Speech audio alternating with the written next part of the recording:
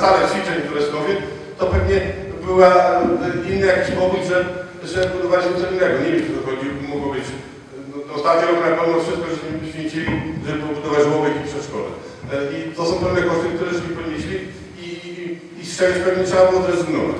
Ale czy ktoś mi uwierzy, czy nie, no to już ja mówię, że to będzie budowane i na pewno no tak się stanie, bo zostało nam niedużo do budowania w sensie budynków, to te trzy sale ćwiczeń i wyremontowanie remizy w Kościuszkowie, która będzie też jednocześnie świetlicowiską.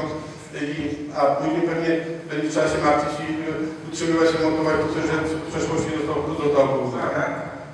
Chodzi mi o to, czy są konkretne plany. Tak samo jak drugie pytanie odnośnie infrastruktury żeglarskiej. Czy są jakieś plany pobudowania pomostu? Tam właśnie, gdzie jest ten klucz żeglarski Turka, to lat, jak pan wie, wielokrotnie różni komandorzy tam bywali, teraz pojawi się bardzo nowego komandora, który będzie na pewno bardziej agresywny, taki 40-latek. Czy są konkretne plany budowy pomostu ogólnopublicznego? Ja nie mówię, bo tam klubowy pomost jest, tylko mówię o takim, tak jak właśnie Stężyca buduje marinę publiczną, do której by żeglarze ściągnęli na przykład z Trójmiasta, do najbliżej. Tam jest Narcyzę, czy tutaj, czy mówię o Mazurach. Nie ma dokumentacji, jest koncepcja, która została przyjęta wszystkich gmin uczestniczących w tym projekcie. Mówię o kajakach, ale jeżeli chodzi o powtarzam do znudzenia powiat kartuski, my chcemy to poszerzyć o jachty. To wasz ten klub żeglarski Turka, bo tak chyba tak, jest jednym z tych elementów składowych tego całego projektu. Tak. Dzień dobry. No mnie wszyscy znają, Wojtek Buczyński, ale też jeszcze jestem radnym obecnej kadencji. Nie mogę słuchać tego, co pan Wójt mówi. A przede wszystkim, no właśnie, ja bym życzył sobie także w pana programie, jak i swoim nam zmiana nagłośnienia planu kultury. Chodzi o plan inwestycyjny. Pan mi wspomniał, że się pan nim kieruje, też między innymi cała Rada i tak to funkcjonuje. Ja bym chciał panu napomknąć, że jeżeli chodzi o środki, pozyskiwanie środków zewnętrznych, to już w tym planie tych środków nie ma od przyszłego roku. Nie ma go w ogóle. Dalej, według tego planu w 2018 roku już nie istnieje oświata, bo nawet nie jest zaplanowana subwencja oświatowa.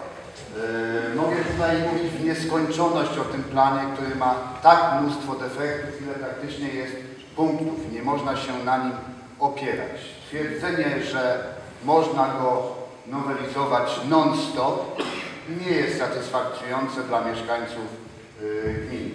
Przy okazji, jak jestem przy głosie, dziękuję kandydatce na radnej i obecnej radnej, że w końcu usłyszałem odpowiedź na kiedyś zapytanie składane panu wójtowi, co z klubem Damroka, bo cały czas przekonywał mnie pan, że on istnieje.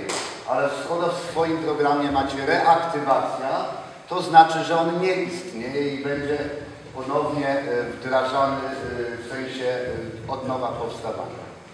Przy okazji, jeżeli ktoś by oczekiwał na tej sali, żeby w programie, wieloletnim programie inwestycyjnym była ujęta subwencja oświatowa, która się należy gminie jak wysokości, no to byłoby trochę śmieszne.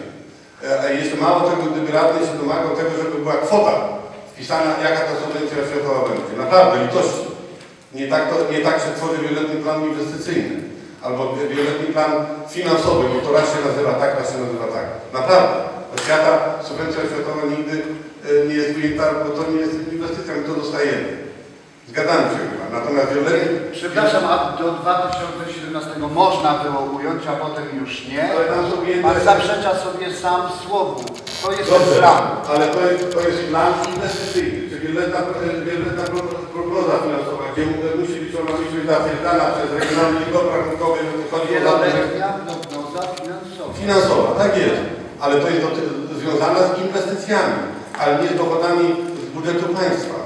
Naprawdę. Ale tutaj są takie pozycje i są wypełniane nawet w części. No ja myślę, że jeśli tak nie powtarzam, subwencja nie mogła tam być ujęta, bo to jest rzecz niemożliwa, bo nie wiemy, my dostaliśmy propozycję subwencji oświatowej na 2015 rok, która prawdopodobnie się ulegnie zmianie i tak o tych kwotach możemy mówić. Naprawdę trudno planować to, co nam daje państwo. A przy okazji jeszcze jedno pytanie. O ten klub Damroka, tak, Damroka, tu pani radna sprostowała, bo ona chciała i taki ma pomysł, zresztą byli młodzi ludzie, że mają pomysł na takie sekcje w tym klubie, a klubem tym kieruje, pamiętam na dzień dzisiejszy, pan Wiesiu Kliński i pan Mirek Płotka. Może tu mylę, ale chyba tak. Natomiast tu chodzi o poszerzenie o unihokej. Bardzo jakiś taki sport, który w tej chwili jest w modzie, a jakby nie jest kosztowny. Wystarczy kupić tam za 20 zł te kiki czy bramki i to ona miała na myśli. Natomiast tutaj jutro się zapytam tych prezesów klubu Damroka, czy oni istnieją, bo to tak trudno mówić o kimś, którego nie ma. Dziwię się, że pan nie pamięta, no jest pan chyba jeszcze członkiem tego klubu. Tak mi się wydaje. Ale już nie polemizujmy. Mam jeszcze jedno takie nieskromne pytanie, gdyż tutaj pan się na początku wypowiadał odnośnie środków z Unii Europejskiej. Ja próbuję od prawie 2 tygodni uzyskać odpowiedź konkretną, żeby na swoich spotkaniach nie szerzyć nieprawdy. I niestety, no, byłem u pana sekretarza, powiedział mi 10,5 miliona. W prasie czytałem 7 z hakiem, 8 z hakiem. Wczoraj na spotkaniu w Garczu pan Marian Kwieciński, który też jest mówił 8,5 miliona. A pan, panie wójcie, zakazał mi udzielenia odpowiedzi na to pytanie. Może teraz usłyszymy akurat tą kwotę, która może będzie jakoś obowiązywała. Jak swoim zwał, jak zwał, mówiłem o 10 milionach, ale to jest około. Natomiast jeżeli chodzi o zupełnie poważnie, jeżeli radny się zwraca do sekretarza o informację, na pewno to w tym ustawowo określonym terminie tą informację dostanie, bo każdy, nie tylko radny, dostanie i żeby sprawa była jasna. Ja próbowałem się wytłumaczyć, jak te pieniądze się czasami różnią. A domyślam się, że sekretarz chce to zrobić solidnie, bo jeżeli będzie różnica złotówki, będzie problem. Ale tu nie ma żadnej najmniejszej tajemnicy, naprawdę. I żeby sprawa była jasna dla wszystkich, zrozumiała, bo my nie możemy, zresztą wszystkie informacje dotyczące samorządu, nie tylko Chmieleńskiego, ale w ogóle samorządów w Polsce są jawne i każdy ma prawo się tego domagać. Może w tej chwili tu radnego chcę przeprosić, bo mamy, jak wszyscy wiemy, ale to nie jest też nic nadzwyczajnego, kontrole regionalnej i obrachunkowych, trochę czasu musimy poświęcić im, żeby, bo ich trzeba obsługiwać, im dostarczyć materiału. Natomiast chcę powiedzieć, że taki ten termin, nie wiem, czy to jest 7 czy 14 dni, na pewno radny tą informację pełną dostanie i podpisano przez wójta i prawdziwą. Oczywiście też można powiedzieć, że ona jest nieprawdziwa, bo ją wójt podpisał, ale chcę powiedzieć, że za tą informację, którą pan dostanie, to będę ponosił 100% odpowiedzialność.